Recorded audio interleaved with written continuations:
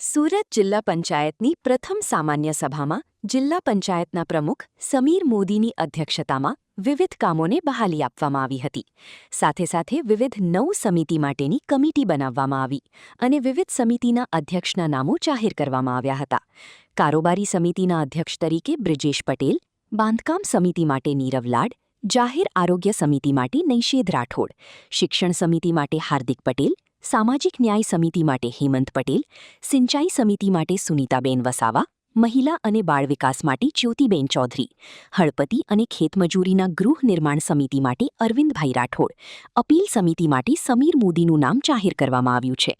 તમામ સમિતિના અધ્યક્ષોની કાયદેસરની વરણી અને ચાર્જ આગામી 17 જુલાઈના રોજ થવાની શક્યતા છે.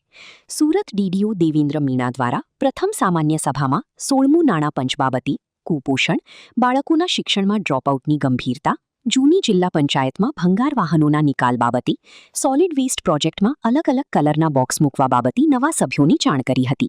સાથે સાથે ડીડીઓ દેવેન્દ્ર મીણા દ્વારા નવનિયુક્ત વિવિધ સમિતિના ચેરમેન અને કમિટી સભ્યોને શુભેચ્છા આપી હતી અને એનર્જેટિક થઈને કામ કરવા માટે જોશ પૂરું પાડ્યું હતું.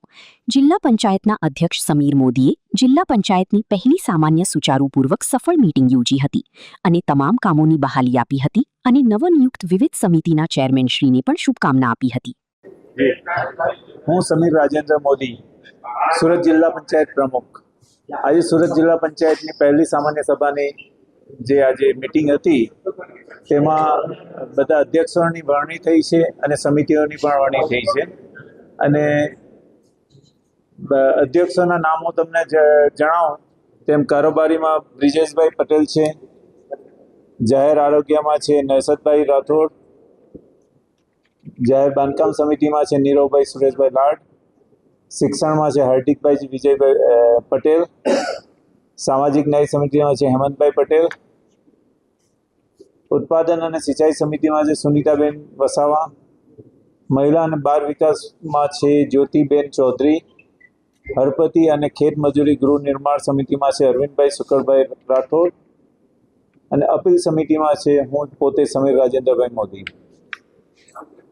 આજે જે આ બધી અધ્યક્ષોની વરણી થઈ છે અને એમાં નીચે બધા સમિતિની પણ વરણી થઈ ગઈ છે અને અધ્યક્ષોની વરણી આજે થઈ તો છે પણ એમની ઓફિશિયલી 17 તારીખથી એમને ચાર્જ લેવાનો રહેશે. ખાસ કરીને જિલ્લા પંચાયતમાં જે તાલુકા પંચાયતો આવતી હોય એની વિકાસની વેગ કેવો? વિકાસને વેગ તમે કહો તો એને તાલુકા અને બધાના સંકલનથી અમે ચાલીશું.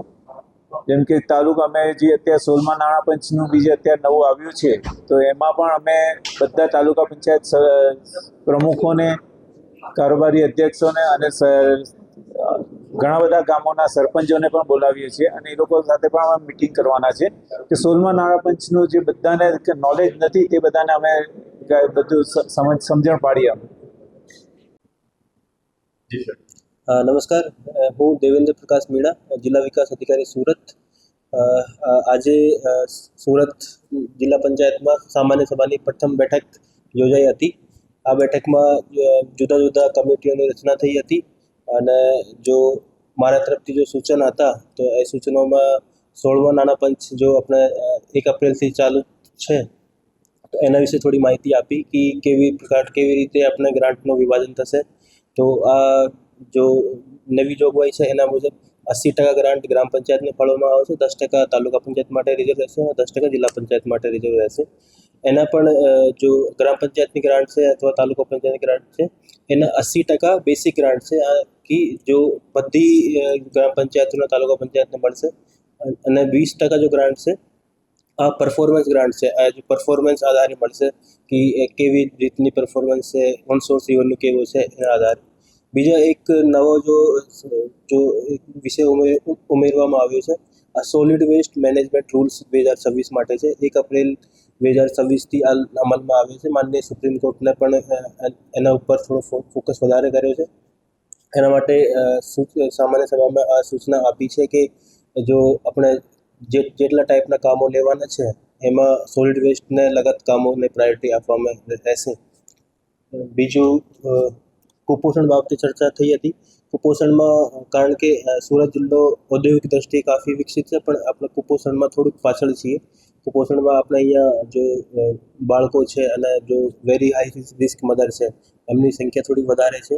વેરી હાઈ રિસ્ક મધર જે એમને જો હિમોગ્લોબિનની સંખ્યા જો હિમોગ્લોબિન જે જો 6.5-7 ગ્રામથી કમ હોય અથવા તો બીજા જો ક્રાઇટેરિયા છે એમાં લગભગ 1200 જેટલી આપણે માતાઓ છે જો વેરી હાઈ રિસ્કમાં આવે છે.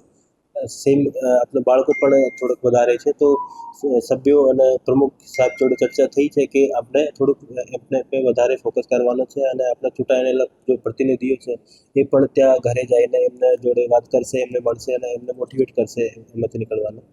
દેન એજ્યુકેશનમાં પણ થોડી ચર્ચા થઈ છે કે આપણે અહીંયા થોડુંક ડ્રોપ આઉટ ઓછો કરવાનો છે. તો સુરત જિલ્લો જો ઔદ્યોગિક દ્રષ્ટિએ એવી પ્રગતિ કરે છે તો ડ્રોપ આઉટમાં પણ થોડો ફોકસ કરવાનો છે. એના માટે સભ્યો અને પ્રમુખ સાહેબ જોડે ચર્ચા થઈ છે કે જેટલા પણ ગામોમાં જેટલા પણ બાળકો ડ્રોપ આઉટ છે એમને ફરીથી સ્કૂલ સાથે જોડાવાનો છે અને ક્વોન્ટિટીની બજાય આપણે ક્વોલિટી પર થોડો ફોકસ કરવાનો છે. અને જો આપણે જુદા જુદા ટાઈપની જો કમિટીની રચના થઈ છે એના બધા જો સભ્યો છે અને જો અધ્યક્ષો છે એમને શુભકામનાઓ પાઠવું છું અને એક સુરત જિલ્લો સુરત જિલ્લા પંચાયત સારી રીતે મજબૂતી સાથે એનર્જી સાથે કામ કરે એવી શુભકામના સાથે હું મારી વાણીનું વિરામ આપું છું. Thank you. ધન્યવાદ.